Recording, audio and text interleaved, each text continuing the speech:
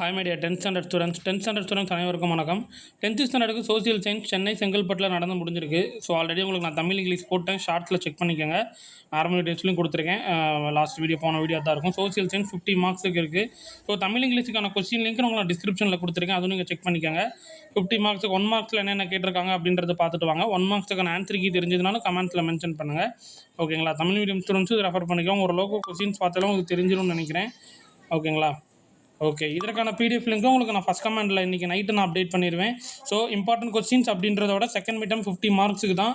ஓரளவுக்கு இந்த வருஷத்துக்கு நடந்து முடிஞ்சது 5லேருந்து 6 மாவட்டம் கொஸ்டின் நீங்கள் ரிவைஸ் பண்ணிங்கனாலே போதும், சூப்பராகவே மார்க் வாங்கிடலாம். ஸோ டிஸ்ட்ரிக்ட் வைஸ் கொஸ்டின்ஸ் நடக்க ஆரம்பிச்சிருச்சு. அதுவும் நம்ம வீடியோஸ்லையும் போட்டுட்ருக்கோம். நான் வர ஷார்ட்ஸ்லையும் அப்டேட் பண்ணிகிட்டே இருக்கிறேன். இந்த வருஷத்துக்கு கொஸ்டின்ஸ் ஓரளவுக்கு நீங்கள் கம்பேர் பண்ணி படிச்சிங்கனாலே போதும். இப்போ செகண்ட் மிட்டம்னா நல்லாவே மார்க் வாங்கிடலாம். இம்பார்ட்டன்ட் கொஸ்டின்ஸும் நீங்கள் படிக்கணும்னு அவசியம் இல்லை. ஏன்னா செகண்ட் மிட்டம் பொறுத்தவரை 50 மார்க்ஸுக்கு தான்.